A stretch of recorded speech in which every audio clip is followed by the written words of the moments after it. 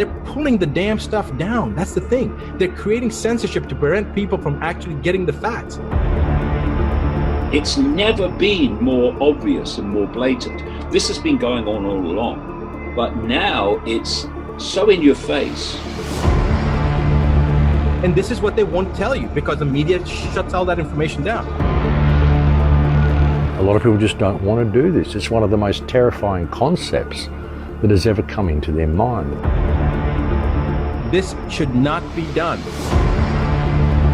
And this is what the cult doesn't want, because once you do this, now the dots are not dots anymore. We're at one of those most critical times right now.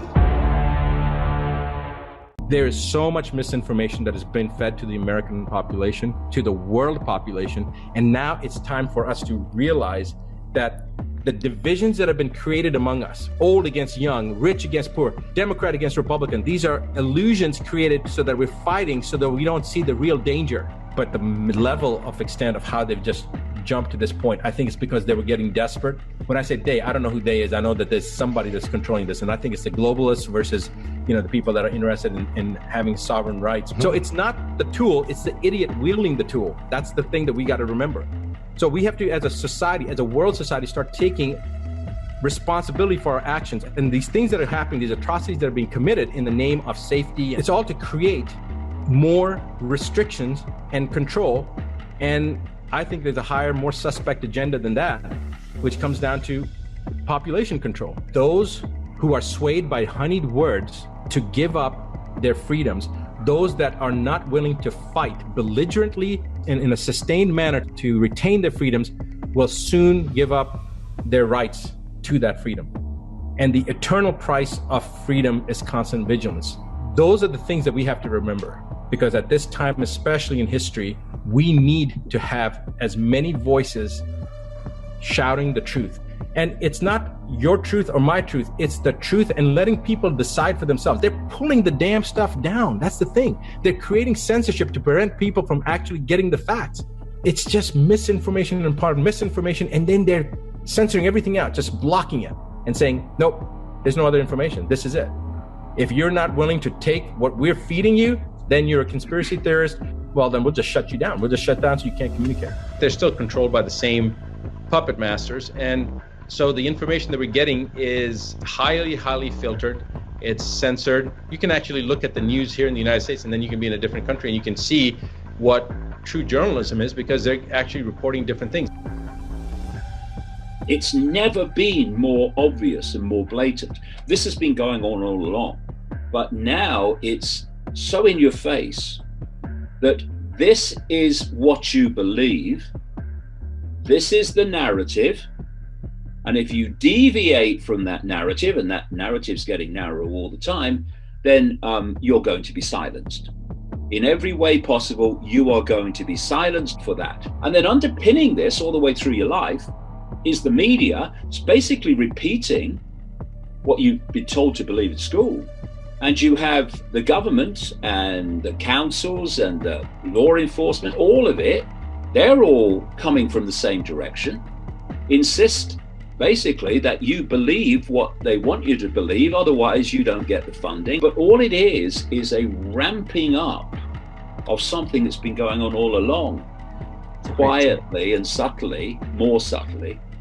But the perceptual programming is lifelong, and they want you out at the other end, still not knowing what you need to know to understand the life that you've just had.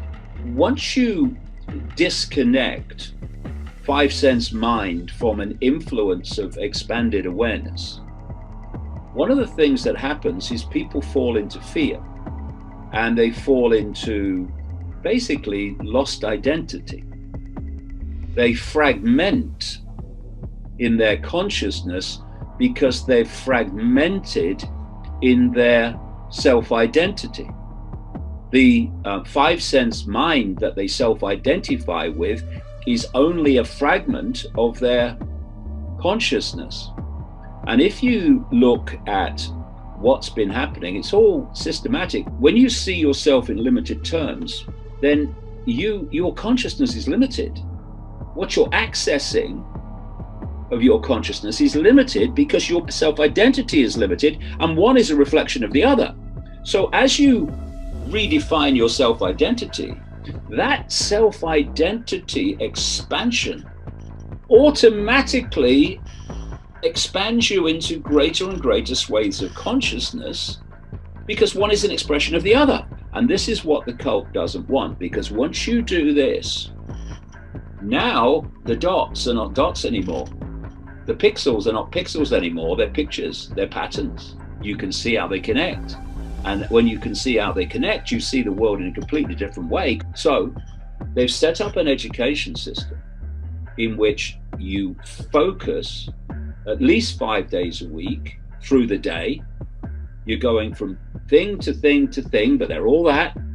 And then they give you homework, because they don't want you to have ponder time outside of the school. So you get the homework. The older you get, the more homework you get, and the more exams you need to pass. What is an examination?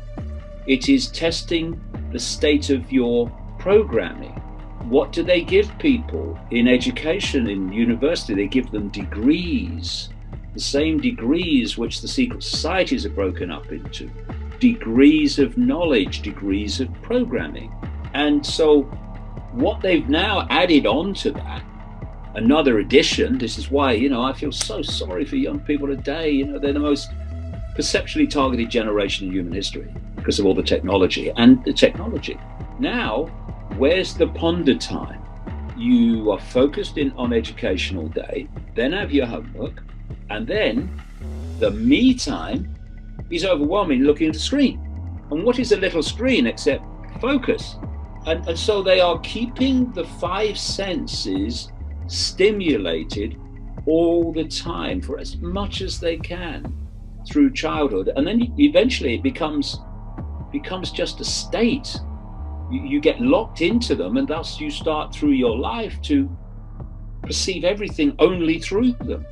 And your roomies and people who have seen through this over the centuries, they lived in very different worlds where this focus was not imposed as it is today, so fiercely and constantly and incessantly on the young.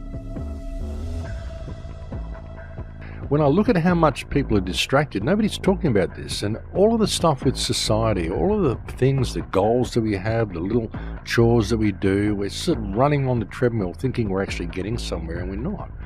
So many people waste their lives with these incredibly inane activities which don't lead anywhere. They might think they lead somewhere, but all it really ultimately does is give them a bigger pile of stuff to sit on, or give them more social status, or more of this or more of that, none of which actually means anything in regard to being a human being, none of which means anything in regard to what it means to be a living life form, a human living on this earth, and what our relationship to this earth is. We can change it. Perhaps this is the time we do change it. So let's not lose that insight at all.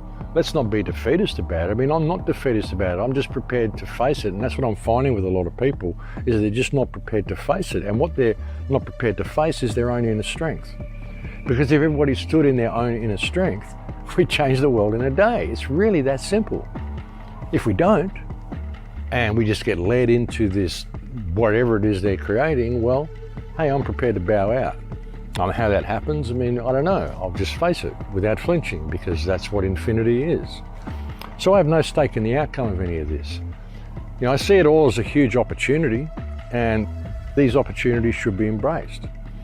But I'm not going to just count on that and sit there and live in hope and hope that someone's going to come and save me, because it doesn't work like that. We have to save ourselves, and we have to each do it individually by simply standing up and say, hey, I'm a man. I've just remembered I'm a man. Woman. I've just remembered I'm a woman. People just need to remember who and what they are. And this is what I've been saying for so many years, folks. And that's the way out. It's so simple. So simple. Non-compliance. Simply standing in the power of yourself. It is so simple that people can't see the forest for the trees, because standing in that power and not having someone else come and save you, but actually having to do it yourself by being yourself, is one of the most terrifying things that people have ever faced.